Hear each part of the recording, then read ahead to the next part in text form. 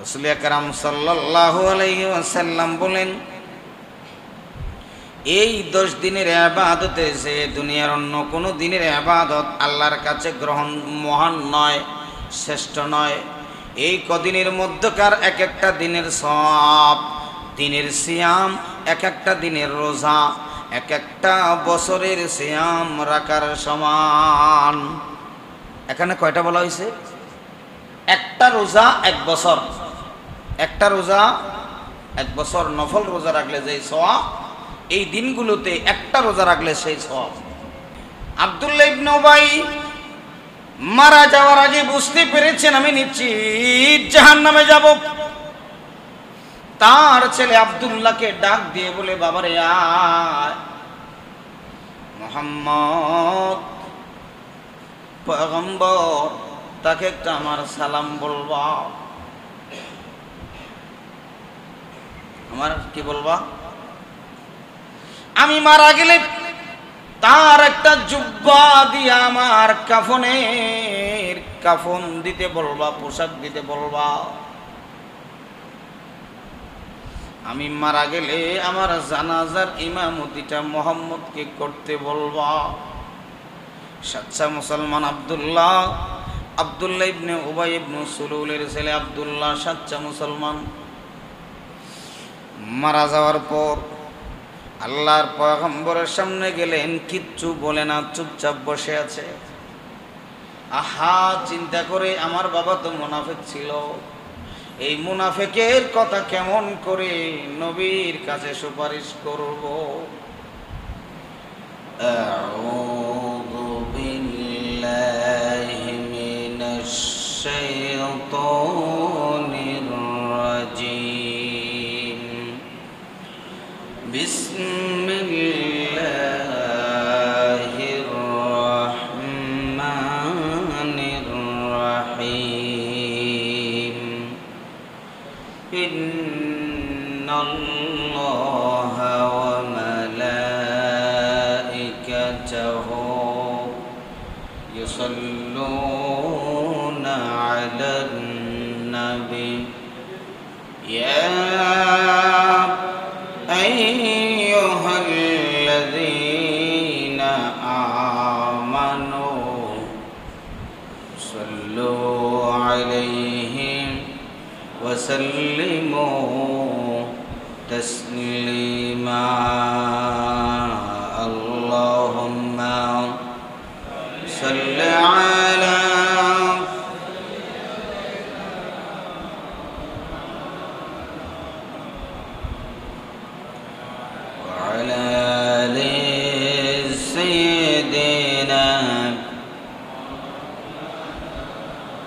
بلغ العلا بكماله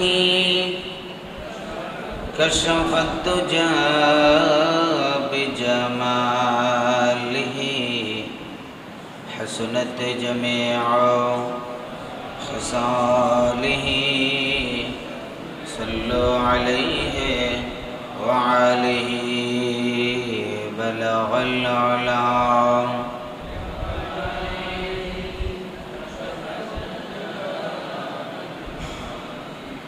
حسنت جميع خصاله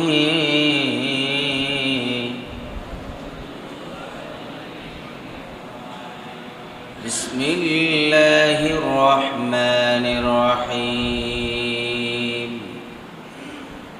منها أربعة حرم ذلك الدين القيم فلا تظلموا فيهن أنفسكم. صدق الله المولانا العظيم وصدق رسوله النبي الحبيب الكريم ونحن على ذلك من الشاهدين والشاكرين والحمد لله رب العالمين. আলহামদুলিল্লাহ। প্রিয় ভাইরা, আমি পবিত্র কোরআনুল কারীমের সূরাতুত তাওবা থেকে ছোট্ট একটি আয়াতের টুকরো তেলাওয়াত করেছি, 36 নম্বর আয়াত। মিনহা আরবাতুন হুরুম যালিকা দীনুল কাইয়্যুম ফালা তুজলিমু ফীহিন্না আনফুসাকুম। সামনে আমাদের জিলহজ মাস, জিলহজ মাসের যে প্রথম 10টা দিন গুরুত্বপূর্ণ এই দিন সম্পর্কে আল্লাহ পাক রব্বুল আলামিন যে আলোচনাগুলো তিনি করেছেন, আল্লাহ করেছেন, সেখান থেকে আমরা কিছু কথা বলার চেষ্টা করব।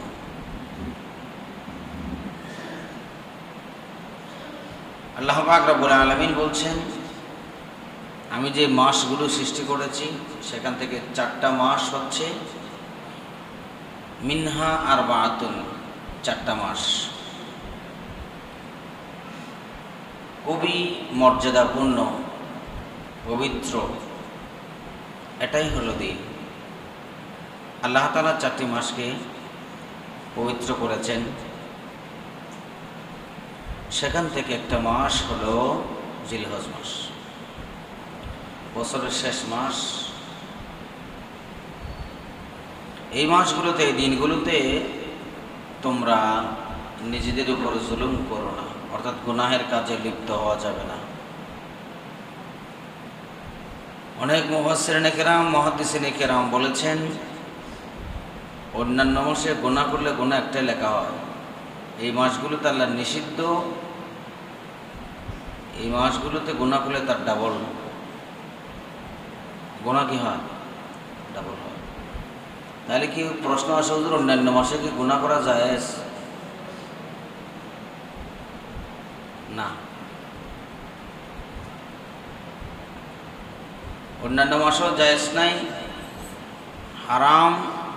তবে এই মাসগুলোতে স্পেশাল গুরুত্ব দিতে হবে, কোনো প্রকারের জুলুম যাতে আমার নফসের উপর না হয়, সে কথাই বলা হচ্ছে। এই মাসের প্রথম 10 দিনের নামে আল্লাহ তাআলা শপথ করেছেন, ওয়াল ফজরি ওয়া লায়ালিন আশর,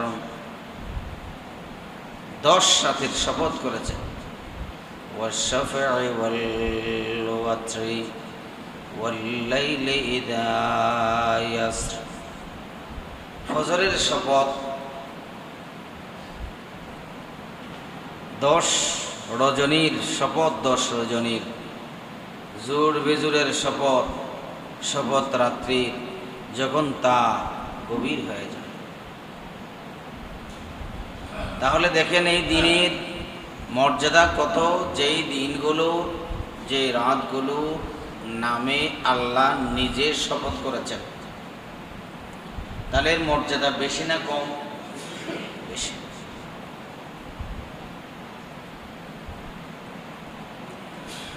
অধিকাংশ মুফাসসিরিনে কেরাম এই 10 দিনের কথাই বলেছেন। যেমন জাবের রাদিয়াল্লাহু তাআলা আনহু বলেছেন, এই আয়াতের অর্থ হলো, আন জাবিরিন আন্নান নবিয়ানিন নবী সাল্লাল্লাহু আলাইহি ওয়াসাল্লাম قال ওয়াল ফজরি ওয়া লায়ালিন আশরিন ইন্নাল আশরা আশরাল আযহা। হযরত জাবের বলেন, আল্লাহ পাক রব্বুল আলামিন এখানে যে শপথ করেছেন ওয়া লায়ালিন আশর বলে, এই আশরটা হলো আশরুল আযহা, জিলহজ মাসের প্রথম এই আশর 10। ওয়াল ফিত্রি বলতে আল্লাহ পাক রব্বুল আলামিন ইয়াউম আরাফার কথা বলেছেন, 9 তারিখের কথা বলেছেন, সেজন্য ইয়াউমে ইতির বলেছেন। ওয়াশ-শাফঈ বলতে এখানে হযরত ইবনে জাবের রাদিয়াল্লাহু তাআলা আনহু বলেন, ইয়াউমুন নাহারকে আল্লাহ পাক রব্বুল আলামিন ওয়াশ-শাফঈ বলেছেন। সুতরাং গুরুত্বপূর্ণ একটা সময়,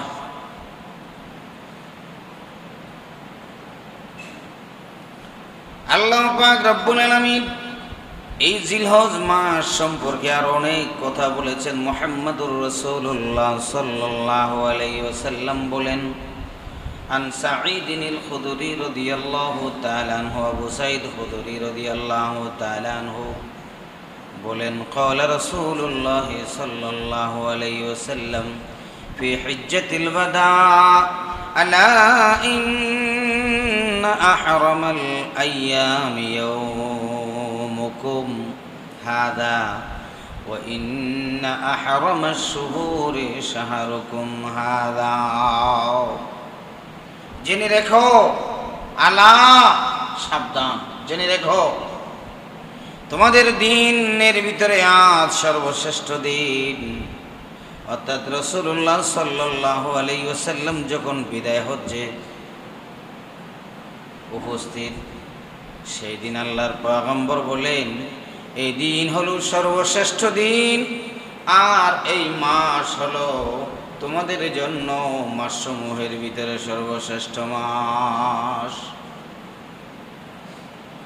এই মাসের গুরুত্ব, বিশেষ করে প্রথম 10 দিনের গুরুত্ব অনেক বেশি। আমরা আমাদের দেশে এই দিনগুলোর গুরুত্ব দেই না। আমরা কেনা কাটায় বেশি ব্যস্ত থাকি।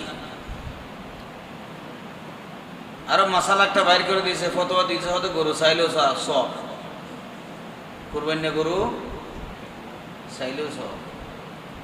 এই মশালা দিল খনে আল্লাহ।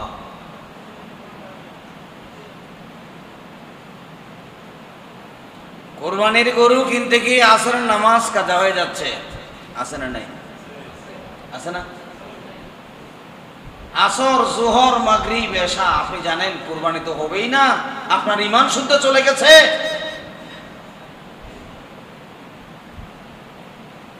মান তারাকা সালাতা মুতাআম্মিদান ফাকাদ কাফারা।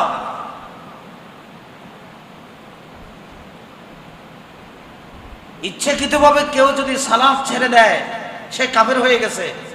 রাসূল বলছেন সে কাফের হয়ে গেছে। কদ কাফারা, ইতিমধ্যে সে কাফের হয়ে গেছে।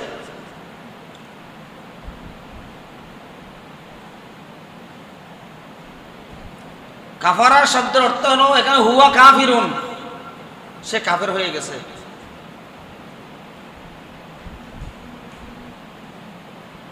যেই কুরবানি করার জন্য, আল্লাহর ইবাদত করার জন্য আমি গরু কিনতে গেলাম, পশু কিনতে গেলাম, যেই পশু কিনতে গিয়ে আমার সালাত কাজা হয় সেই কুরবানি করা হারাম।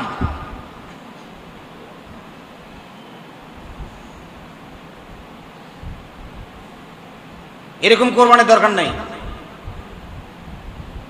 কোরবানি করা ওয়াজিব, সালাত করা কি ফরজ।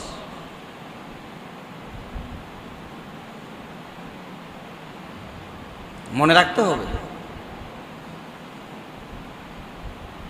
মাঝে মাঝে খুবই খারাপ লাগে, এই জাতিরই ওয়াজ দিয়ে কাজ হইতো না,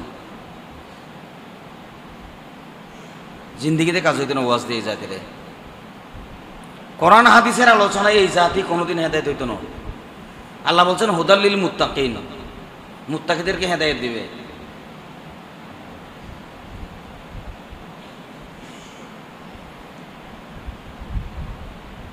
আজকে 8 বছর বারবার বলে আসছি সুদের টাকা, ঘুষের টাকা কোরবানি হবে না, হজ হবে না। কেউ কি ছাড়ছে কোরবানি? সুদ ঘুষ ছাড়ছে? যে ডিম সে আন্ডা রয়েই গেল, যেই লাউ সে হুদুর রয়েই গেল। মাঝে মাঝে মন চায় খুতবা টুতবা না পারে, জুমাটো ইয়া না করে এমনি নামাজটা পড়াই দিই, আলোচনা বাদ দেয়।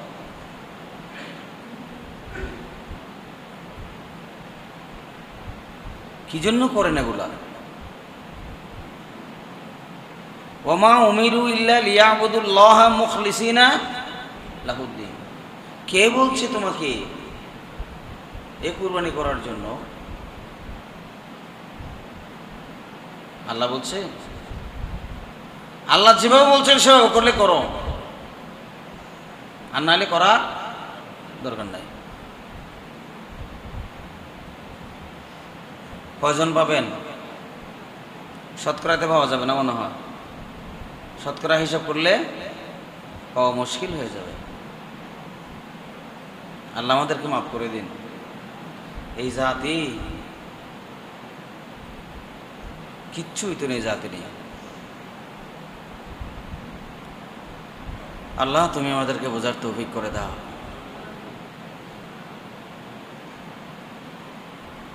অন্ধ জাতিরে আয়না কিনে দিয়ে কোনো লাভ আছে নাকি? যে জন্মান্ধ, মায়ের পেট থেকে অন্ধ হয়ে জন্ম হয়েছে, আমি তারা চশমা কিনে দিয়ে লাভ কি হইব? কথা বুঝাইতে পারছে কিনা জানি না। না হয় তার একটা চশমা কিনে দিয়ে কিনলে এটা জন্মোত্তর মার পেটের তো অন্ধ হয়ে আসছে, এটার চশমা কিনে লাভ কি? বড় সমস্যা হচ্ছে আমাদের এটাই, আমরা জাতিগতভাবে নষ্ট হয়ে গেছি। সমস্যা ওই জায়গায়, ভালো জিনিস আমাদের হজম হয় না।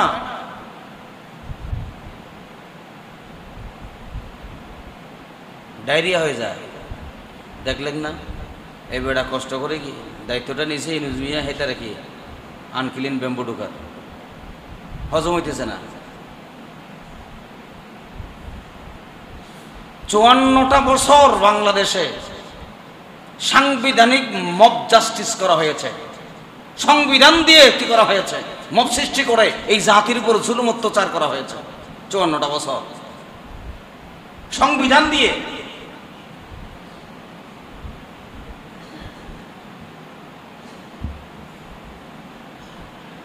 এবার আসছে আর হেতার পিছন দেখি কেমনে ফারতেছে না, সবাই মিলে হিতারে বাড়ি করে দাও। কারণ এই 54টা বছর জুলুম করেছে আমাদের উপরে ভারত। ভারত সহ্য করতে পারছে না, কারণ ভারতের ক্ষমতা নাই ইউনূসের শরীরে টাচ করা, ঠিক না? যার কারণে সহ্য হচ্ছে না, যার কারণে সহ্য হচ্ছে না, সে এই দেশকে আর লুটে পুটে খেতে পাচ্ছে না। আমরাও তাদের ফাঁদে আবার পা দিচ্ছি। লম্বা লম্বা কথা বল,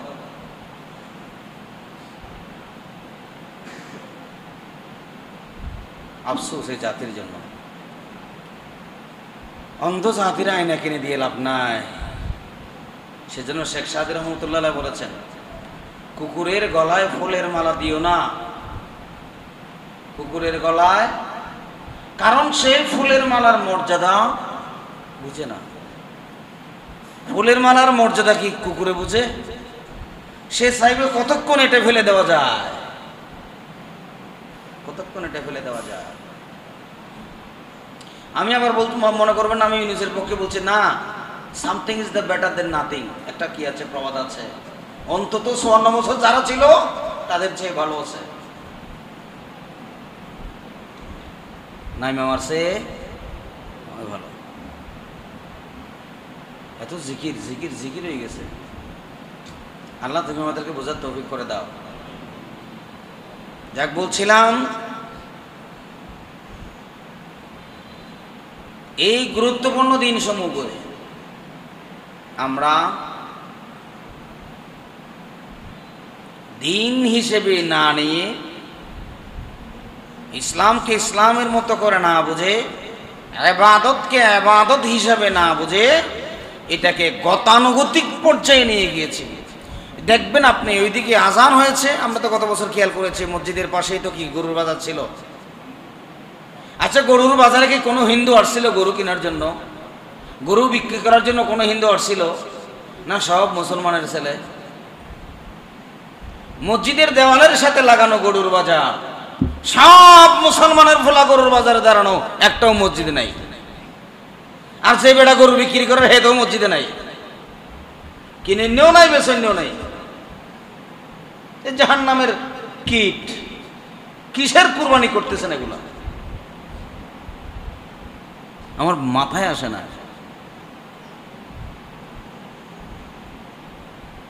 আমাদের দায়িত্ব হলো বলে যাওয়া, ভাই মানবেন না মানবেন আপনার ব্যাপার, রাগ করবেন না।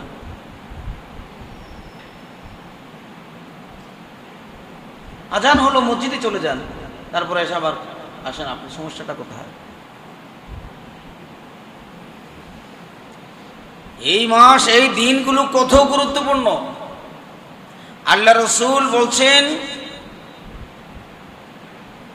এই মাস, এই দিনগুলো হলো তোমাদের জন্য সর্বশ্রেষ্ঠ দিন। সুবহানাল্লাহ। প্রত্যেকটা দিনে 7 বছরের রোজা রাখার সওয়াব হয়। সুবহানাল্লাহ বলেন।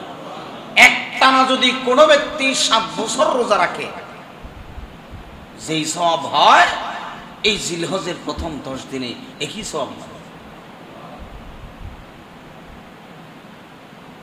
এত গুরুত্বপূর্ণ একটা দিন, গুরুত্বপূর্ণ সময়, এগুলাকে আমরা গরুর পিছনে পিছনে নষ্ট করে দেই।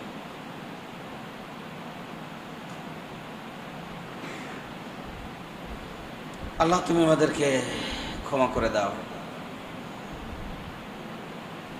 عن جابر بن عبد الله قال رسول الله صلى الله عليه وسلم أفضل أيام الدنيا عشر يعني عشر ذي الحجة قيل ولا مثلهن في سبيل الله قال ولا مثلهن في سبيل الله إلا رجل كفر وجهه بالتراب।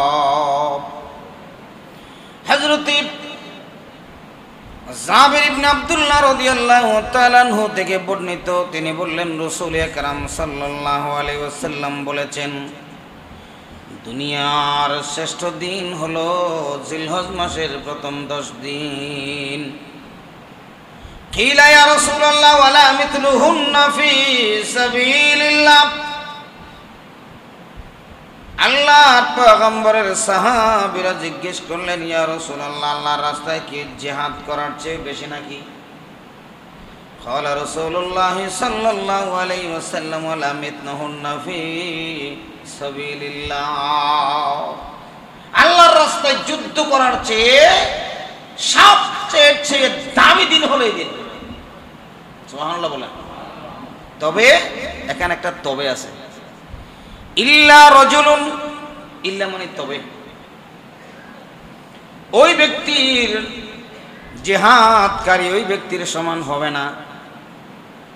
কোন ব্যক্তি? গফরা ওয়াজহাহু বিতুরাব, যে ব্যক্তি যার চেহারা ধুলায় মলিন হয়ে গেছে, শাহাদাত বরণ করেছে, শহীদ হয়ে গেছে, শাহাদাতের মর্যাদা যে লাভ করেছে তার সমান হতে পারবে না। শহীদের মর্যাদা আলাদা।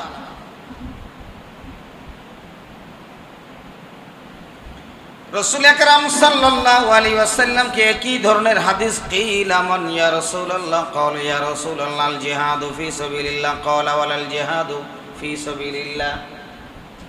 আরেক বর্ণনায় এসেছে মুসনাদে সুনান আবু দাউদের হাদিস, হাদিস নম্বর 2438।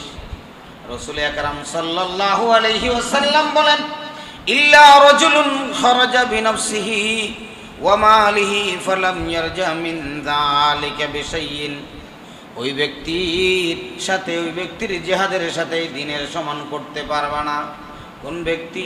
যেই ব্যক্তি তার জান এবং মাল নিয়ে, তার সম্পদ যা ছিল সব দ্বীনের জন্য বিলীন করে দিয়েছেন, এবং কি করেছেন? নিজের জানটাও দ্বীনের জন্য বিলীন করে দিয়েছেন, চলে গেছেন ঘর থেকে, দ্বীনের রাস্তায় শাহাদাত বরণ করেছেন। ওই সময়ের সাথে, ওই দ্বীনের সাথে এই দ্বীনের তুলনা হয় না। এই 10ম দিনের রাতগুলো কিরকম? হযরত আবু হুরায়রা রাদিয়াল্লাহু তাআলা আনহু থেকে বর্ণিত, হযরত রাসূল আকরাম সাল্লাল্লাহু আলাইহি ওয়াসাল্লাম থেকে তিনি বর্ণনা করেছেন। হাদিসের সনদটা দুর্বল, আমাকে বলে দিতে হবে, না কিয়ামতের ময়দানে আসামি হব। হাদিস দুর্বল বলবেন না, হাদিসের সনদটা একটু দুর্বল আছে। ইবনে মাজাহ শরীফের হাদিস 1728 নম্বর হাদিস। عن أبي هريرة رضي الله تعالى عنه قال قال رسول الله صلى الله عليه وسلم ما من أيام الدنيا أيام أحب إلى الله سبحانه وتعالى أن يتعبد له فيه من أيام العشر وإن صيام يوم فيها ليعدل صيام سنة وليلة فيها بليلة القدر। রাসূল আকরাম সাল্লাল্লাহু আলাইহি ওয়াসাল্লাম বলেন, এই 10 দিনের ইবাদতে যে দুনিয়ার অন্য কোনো দিনের ইবাদত আল্লাহর কাছে গ্রহণ মহান নয়, শ্রেষ্ঠ নয়। এই কদিনের মধ্যকার এক একটা দিনের সওয়াব দিনের সিয়াম, এক একটা দিনের রোজা এক একটা বছরের সিয়াম রাখার সমান। এখানে কয়টা বলা হয়েছে? একটা রোজা এক বছর, একটা রোজা এক বছর। নফল রোজা রাখলে যে সওয়াব, এই দিনগুলোতে একটা রোজা রাখলে সেই সওয়াব। আবার হাদিসের শেষে বললেন রসুলে কারাম, আরেকটা হাদিসে বললেন, আল্লাহর পয়গম্বর বলেন, ইয়াদাফু সাবআমিয়াতি দিআফিন, এক বছর রোজা রাখার মতো হলে কি হবে? এর আমলগুলো প্রতিদান দেওয়ার সময় আল্লাহ পাক রব্বুল আলামিন 7 গুণ বাড়িয়ে দেয়। তাহলে কয় বছর হলো? একটা, এক বছর 7 গুণ বাড়াই দিলে 7 বছর। এই 10 দিনে যে ব্যক্তি একটা রোজা রাখবে, একটা সিয়াম পালন করবে, আল্লাহর পয়গম্বর বলেন 7 বছর টানা সিয়াম পালন করলে, রোজা রাখলে যে সওয়াব হয়, এই সওয়াব ওই বান্দার আমল নামায় দিয়ে দেওয়া হয়। আর এক একটা রাত হলো ফিহা লায়াদিলু সিয়ামা সানাতিন ওয়া লাইলাতিন ফিহা লাইলাতুল কদরি, প্রত্যেকটা রাত যেন এক একটা কদর রাতের সমান। আল্লাহু আকবার।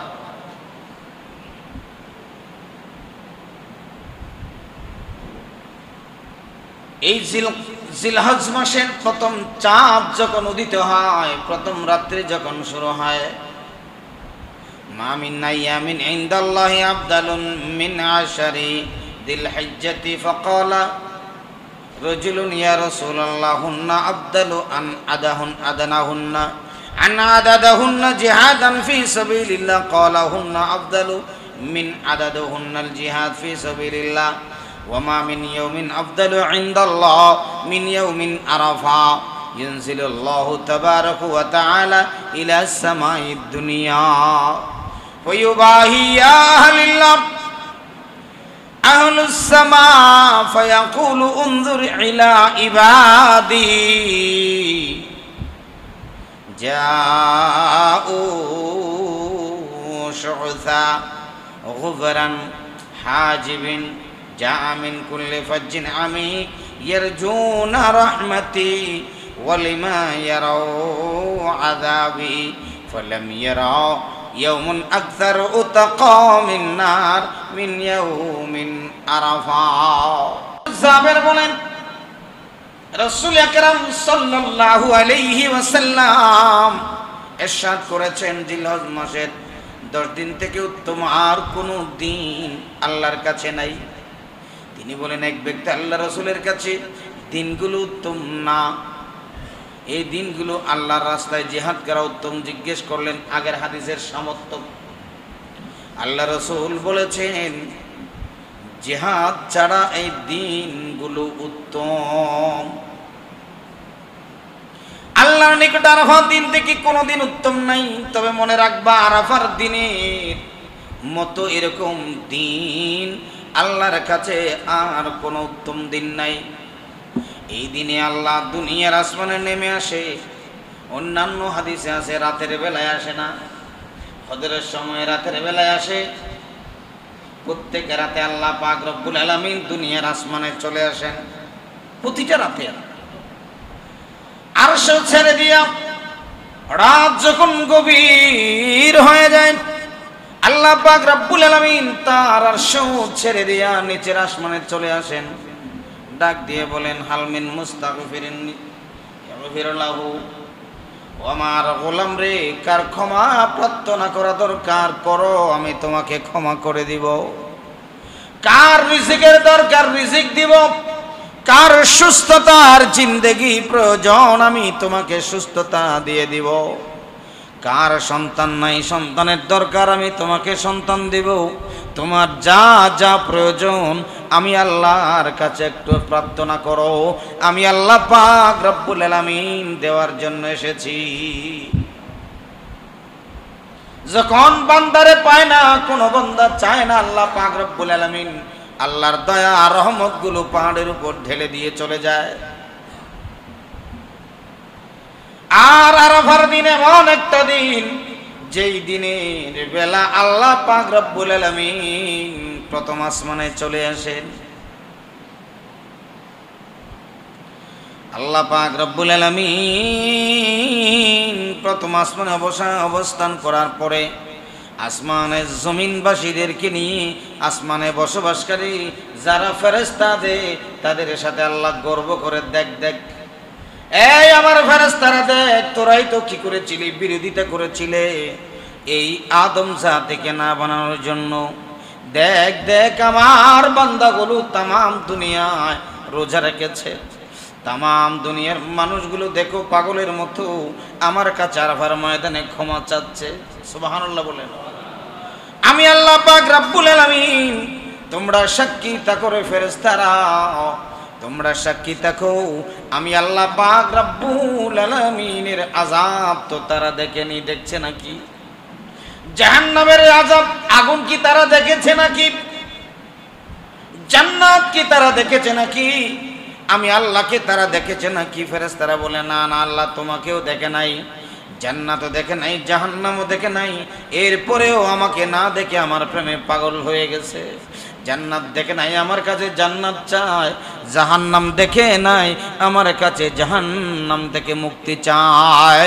এই ফেরেশতারা তোমরা সাক্ষী থাকো, আমি আমার গোলামগুলোকে ক্ষমা করে দিলাম,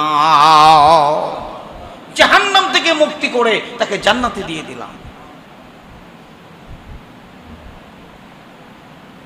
আল্লাহ তাআলার গর্ব হয় এগুলো নিয়ে, গর্ব করেন আল্লাহ, কারণ ফেরেশতারা নিষেধ করেছিল।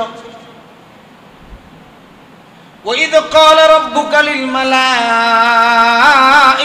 إِنِّي جَاعِلٌ فِي الْأَرْضِ خَلِيفَةً, আমি কিছু আমার প্রতিনিধি পাঠাতে চাই। এখানে কি আবেদের কথা বলা হয়েছে? কি পাঠাতে চাই? খলিফা।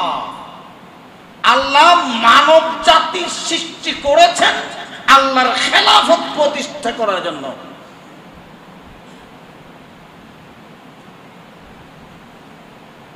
আর কিছু নেই। একমাত্র উদ্দেশ্য হলো আল্লাহ জমিনে আল্লাহর খেলাফত প্রতিষ্ঠা করা, আল্লাহর প্রতিনিধিত্ব করার জন্য। বুকে হাত দিয়ে আজকে রাতে মাগরিবের সালাত পড়ে অথবা ইশারের সালাত পড়ে 2 রাকাত অতিরিক্ত সালাত আদায় করে যায় নামাজে বসে চোখ বন্ধ করে চিন্তা করবেন, আমি কি আল্লাহর প্রতিনিধিত্ব করছি কি না? আপনি যতই নামাজ পড়েন, যতই রোজা রাখেন, যতই হজ করেন, যতই যাকাত দেন, আল্লাহর প্রতিনিধিত্ব না করলে নিশ্চিত জাহান্নাম, কোনো কথা নাই, নিশ্চিত জাহান্নাম, যদি আল্লাহর প্রতিনিধিত্ব আপনার ভিতর না থাকে। আপনি যত রোজা রাখেন, আমরা হাজার হাজার হাজার বছর যদি বাঁচি, নামাজ পড়ি রাতের পর রাত, দিনের পর দিন, হানায় কাবায় একদিনের নামাজের সমান হব নাকি? হব মনে হয়? হব? পারবেন? ক্ষমতা আছে? আল্লাহর নবীর সাথে আরো ইমামতি করছেন কে? মুহাম্মাদুর। তাদের সাথে ছিল, এরকম নাই, আমাদের মতো না, তারা সব রাদিয়াল্লাহু আনহুম ওয়া রাদু আন, তারাই তাদের সাথে ছিল। এরকম মানুষও জাহান্নামে আছে না? নাই? আছে না? রাসূলুল্লাহর ইমামতিতে নামাজ হচ্ছে, রাসূলুল্লাহর পিছনে। আরে আবু বকর সরে গেছে, ওমর সরে গেছে পাশে, আব্দুল্লাহ ইবনে উবাই ইবনে সুলুল 313 জন মানুষ নিয়ে রাসূলুল্লাহর হাতে কালমা পড়ে বায়াত গ্রহণ করে দল করেছে কার? আব্দুল্লাহ ইবনে উবাই।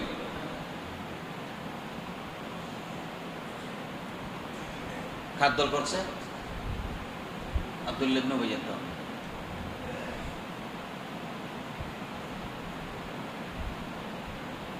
ওরা জান্নাতি না জাহান্নামী? সন্দেহ লাগে? জান্নাতি না জাহান্নামী? আব্দুল্লাহ ইবনে উবাই মারা যাওয়ার আগে বুঝতে পেরেছেন আমি নিশ্চিত জাহান্নামে যাব।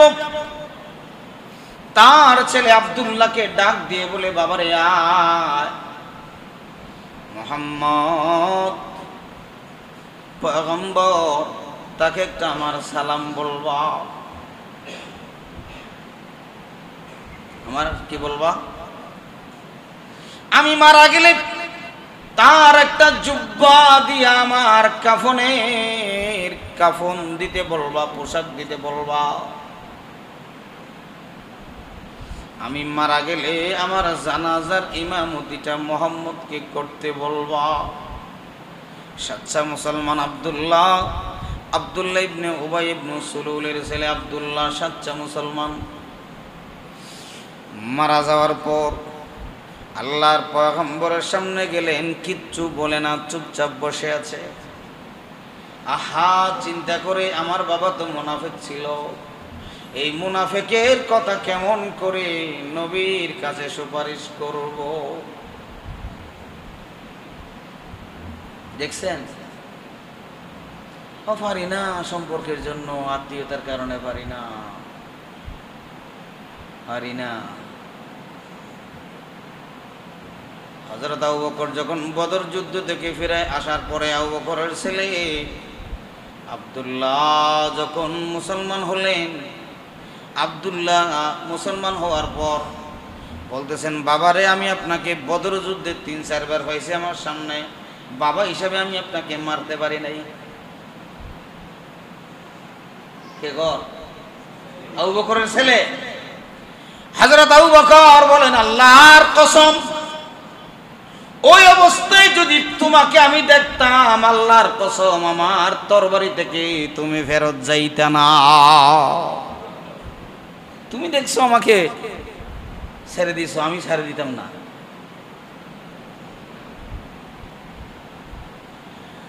আব্দুল্লাহ ইবনে উবাই ইবনে সুলুলের ছেলে হযরত আব্দুল্লাহ সাচ্চা মুসলমান রাসূলুল্লাহর সামনে গিয়ে বসে আছেন, কোনো কথা নাই। আল্লাহর পয়গম্বর মাথা উঠাইয়া জিজ্ঞেস করে, আব্দুল্লাহ তোমার বাবার অবস্থা কি? এখন তো সুযোগ হয়েছে, ঠিক না? ইয়া রাসূলুল্লাহ, আব্বা তো ইন্তেকাল করেছেন। ও তাই নাকি? হ্যাঁ। ইয়া রাসূলুল্লাহ, আমার আব্বা ইন্তেকালের আগে আপনাকে একটা সালাম বলেছেন। ওয়ালাইকুম আসসালাম। মাসালা একটা জানে রাখেন, কেউ যদি আপনাকে কারো মারফতে সালাম পাঠায়, অমুক আপনাকে একটা সালাম বলেছেন, সালামের জবাব কি হবে? ওয়ালাইকুম আসসালাম বললে হক আদায় হবে না। ওয়ালাইকুম আসসালাম। আমি যে কষ্ট করে তার সালামটা নিয়ে এসেছি, আমার পাওনা কোথায়? সুবহানাল্লাহ। ওয়ালাইকুম আসসালাম। আল্লাহর পয়গম্বর বললেন, আর কিছু বলেছে নাকি? আর কিচ্ছু বলে না। আব্দুল্লাহ জবান বন্ধ। হ্যাঁ ইয়া রাসূলুল্লাহ, তিনি বলেছেন মারা যাওয়ার পরে আপনার একটা জুব্বা দিয়ে যাতে তার কাফনের কাপড় দেওয়া হয়। মনে মনে আব্দুল্লাহ চিন্তা করেছে, রাসূলের জুব্বা যদি পাই আমার কবর আযাব মাফ হয়ে যাইব।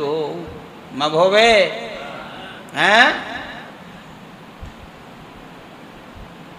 রাসূলুল্লাহ দেরি করলেন না, একটা জুব্বা মুবারক দিয়ে দিলেন, যাও তুমি এটা তোমার বাবার কাফন পরাইয়া দাও। আর কি বলেছে? ইয়া রাসূলুল্লাহ, আমার আব্বা যদি মারা যায়, আমাকে আপনার কাছে খবর বলতে বলেছেন, আপনার জানাজা, আমার আব্বার জানাজার ইমামতিটা আপনি করবেন। রাসূলুল্লাহ দেরি করলেন না, যাও জুব্বা নিয়ে যাও, তার কাফনের কাপড় রেডি করো। কাফন রেডি করা হলো। হযরত রাসূলুল্লাহ সাল্লাল্লাহু আলাইহি ওয়াসাল্লাম, দয়ার নবী, মায়ার নবী, দুনিয়ার সব ব্যথা বেদনা, সারা জীবনের জিন্দেগির বেয়াদবি সব ভুলে গেছেন। জানাজার ইমামতির জন্য যাবেন, হযরত ওমর মাঝখানে ধরে ফেলেছেন মসজিদে নববীতে। ইয়া রাসূলুল্লাহ, আপনি তার জানাজা পড়াইতে পারবেন না। এরকম মুনাফিকের জানাজা যদি আপনি পড়ান, কিয়ামত পর্যন্ত মুনাফিকেরা মুসলমানদেরকে কষ্ট দিবে। না ওমর, তুমি আমাকে বাধা দিও না, একবার দুইবার তিনবার নয়। ওমর, তুমি যদি আমাকে 70 বার বাধা দাও, আমি তারপর তার জন্য আল্লাহর দরবারে ক্ষমা চাইব, আমাকে ছেড়ে দাও। তুমি রহমতে আলম নূরে মুজাসসম, তুমি রহমতে আলম নূরে মুজাসসম সাল্লাল্লাহু আলাইহি ওয়াসাল্লাম। মায়ার নবী জোর করে উমরকে রাস্তা থেকে সরাই দিয়ে চলে গেলেন জানাজার ইমামতি করবে। জানাজার সালাত আদায় হয়ে গেল। আসসালামু আলাইকুম ওয়া রাহমাতুল্লাহ বলার সাথে সাথে আল্লাহ পাক রব্বুল আলামিন জিবরিল পাঠিয়ে দিলেন, ও নবী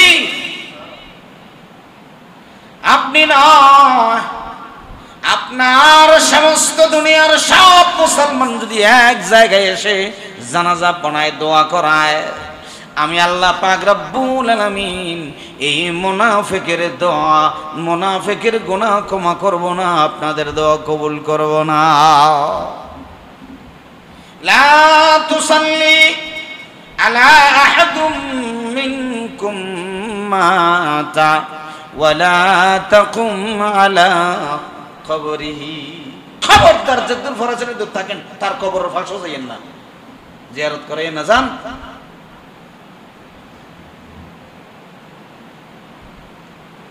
এখানে একটা হিকমত হলো, রাসূলুল্লাহ কেন জানাজা পড়ালেন, আয়াতটা আগে কেন নাজিল হলো না? তিনি যে মায়ার নবী, তিনি যে রহমতওয়ালা নবী, এটা ইহুদি খ্রিস্টানদেরকে বোঝানোর জন্য আল্লাহ পাক রব্বুল আলামিন আয়াত আগে নাজিল করেন নাই। তিনি সব ভুলে গিয়ে চলে গেলেন। ওই জায়গায় ইহুদিদের 3টা গোত্র, খ্রিস্টানেরা 4টা গোত্রের সমস্ত মানুষ চলে আসছিল। দেখি মুহাম্মদের সাথে এরকম দুশমনি করেছে আব্দুল্লাহ ইবনে উবাই, তার সাথে মুহাম্মদ কি আচরণ করে, জানাজার ইমামতি করে কি করে না দেখার জন্য আসছে। যখন দেখা যায় পয়গম্বর জানাজার ইমামতি করেছে, ওই দিনেই তাফসীরের কিতাবের ভিতরে এসেছে 25,000-এর উপরে ইহুদি মুসলমান হয়েছে। ওই জায়গায় দাঁড়িয়ে, ওই জায়গায়, এটাই তো পয়গম্বর, লা ইলাহা ইল্লাল্লাহু মুহাম্মাদুর রাসূলুল্লাহ সাল্লাল্লাহু। প্রিয় ভাইরা, আসি আমরা নেফাক সারি। আমার আলোচনার বিষয় ছিল হচ্ছে কি, জিলহজ মাসের প্রথম 10 দিনের গুরুত্ব এত বেশি। আমরা হজ মাসের গুরুত্ব বুঝি না, দিনের গুরুত্ব বুঝি না, ইবাদতের বুঝি না। আমরা মনে করি গরুর পিছনে দৌড়াটো ইবাদত।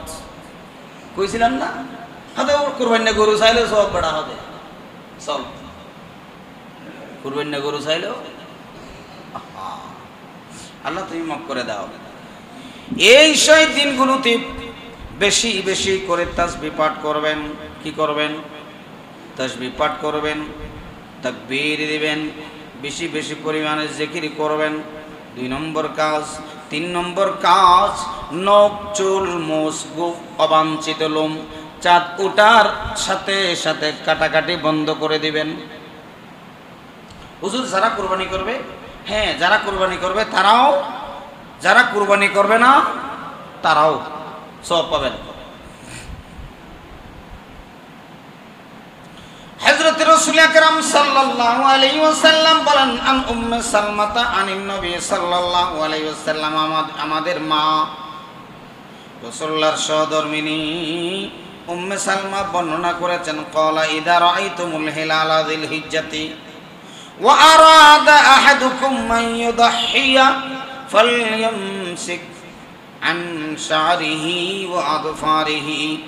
উম্মে সালমা থেকে বর্ণিত রাসূল বলেন, জিলহজ মাসের নতুন চাঁদ দেখতে পাও, তোমরা যদি জিলহজ মাসের নতুন চাঁদ দেখতে পাও আর যদি কেউ কোরবানি করার ইচ্ছে করো, তবে তোমরা সে যেন তার চুল না ছাটে, নখ না কাটে, অবাঞ্ছিত লোমগুলোতে যাতে হাত না দেয়। অনেক হাদিস আছে ব্যাপারে। যারা কুরবানি করবে তারাও করবে। আরেক হাদিসে আছে ওয়াতাকাসসু শারিবাকা ওয়া তাখলিকু শারিবাকা ওয়া তাখলিকু আনাতাকা ফাতিলকা তামামুল আদহিয়াতাকা ইনদাল্লাহি আজ্জা ওয়া জাল। আল্লাহু আকবার। অন্য হাদিসে এসেছে তুমি কি করবে না, যারা কোরবানি করবে এবং যারা কোরবানি করবে না উভয়ে এই আমলটা করবে। ঈদের দিন বাদ দিয়ে 5 নম্বর কাজ হলো ঈদের দিন বাদ দিয়ে বাকি সময়গুলোতে রোজা রাখবে। আগ পর্যন্ত 10 দিন পড়লে তো ঈদের দিন পর্যন্ত হয়ে যায়, সেজন্য ঈদের দিন বাদ দিয়ে আগের 9টা দিনও রোজা রাখবে। আশুরার দিনের রোজা নিয়ে আমাদের দেশে মারামারি হয়, ঝগড়াঝাটি ইদানিং শুরু হয়েছে, আগে ছিল না। আজ থেকে 3 বছর আগ থেকে শুরু হয়েছে। হুজুর আমাদের তো 8 তারিখ, ওনাদের তো 9 তারিখ, আমরা কোন দিন রোজা রাখুন? তাইলে আপনার কাজ করেন, একদিন আগে যদি ওই দেশের সাথে মিলাইয়া রোজা রাখেন, একদিন আগে কোরবানিও দিয়ে দিয়েন। একদিন আগ থেকে আপনি শুরু করেন, তাকবীর শুরু করে দিবেন প্রত্যেক ফজর নামাজের পর, জোহর নামাজের পর, আসর নামাজের পর। না হুজুর এটা তো করা যাবে না, তো এটা করা না গেলে এটা কেমন করবেন? উল্টো করলে এই শয়তানের বুদ্ধিগুলো মাথায় ঢুকায় কে? এই শয়তানের বুদ্ধিগুলো ঢুকায় কে? আল্লাহ মাফ করে দাও। হ্যাঁ, তবে কাজ হচ্ছে একেবারে রেখে দেন, 2টাই রেখে দেন। লাভটা কি? রাতেও পাইলেন, দিনেও পাইলেন। 2টা রাখলে একটা 1 বছরের সওয়াব আছে না? সওয়াব এমনি তো 9 দিন রাখা উত্তম। 9 দিন রাখাই কি উত্তম। একেবারে কমপক্ষে একেবারে না পারলে 2টা রেখে দিয়েন, সমস্যা শেষ। জিলহজ মাসের একেবারে না পারলে জিলহজ মাসের 9 তারিখের রোজা এগুলা রাখার চেষ্টা করবেন। এরপরে আমল হলো, অর্থাৎ আরাফার রোজা হলো। আল্লাহ পাক রব্বুল আলামিন বলেন, যে ব্যক্তি লাগাতার আরাফার দিনে রোজা রাখবে, লাগাতার 2 বছরের গুনাহ আল্লাহ ক্ষমা করে দিবেন, আগের পরের। আল্লাহু আকবার বলেন। গুরুত্বপূর্ণ সময়, সর্বোত্তম দোয়া ওই দিনের দোয়া কবুল হয়। ওই দিন আল্লাহ পাক রব্বুল আলামিন অসংখ্য বনি আদমকে আল্লাহ তাআলা ক্ষমা করে দেন। আল্লাহ পাক রব্বুল আলামিন আমাদের সকলকে বুঝে এবং আমল করার তৌফিক দান করুন। জিলহজ মাসের প্রথম 10টা দিন নষ্ট না করে অন্তত হাত জোর করে আপনাদেরকে অনুরোধ জানাবো, গরু কিনতে গিয়ে, ছাগল কিনতে গিয়ে, পশু কিনতে গিয়ে যাতে আপনার নামাজ কাজা না হয়। আল্লাহর ওয়াস্তে নামাজ কাজা করনে ওয়ালার কুরবানি হবে না। পশু কিনতে গিয়ে যারা নামাজ কাজা করে ওই ব্যক্তির কুরবানি হবে না।